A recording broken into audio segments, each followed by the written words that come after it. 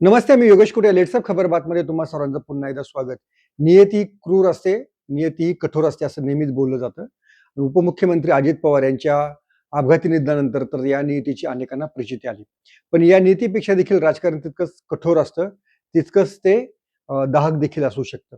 आणि त्याचा देखील प्रत्यय आपल्याला या निमित्तानं येतो आहे. अजित पवार यांच्या अंत्यसंस्काराला 24 तास होण्याच्या आधीच अजितदादा यांचा वारस कोण याच्या चर्चा सुरू झालेल्या आहेत.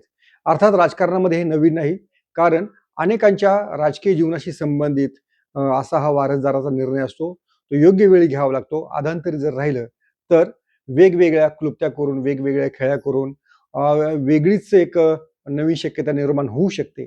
त्यामुळे जे प्रस्थापित लोक आहेत, ती ही घडी विस्कटली जाणार नाही याची काळजी घेतात. आणि त्यानुसारच जेव्हा बारामतीमध्ये अजित पवार यांचे अंत्यसंस्कार सुरू होते, त्याच वेळेस अनेकांच्या मनामध्ये एकच प्रश्न होता, तो म्हणजे अजित पवार यांचा राजकीय वारसदार कोण?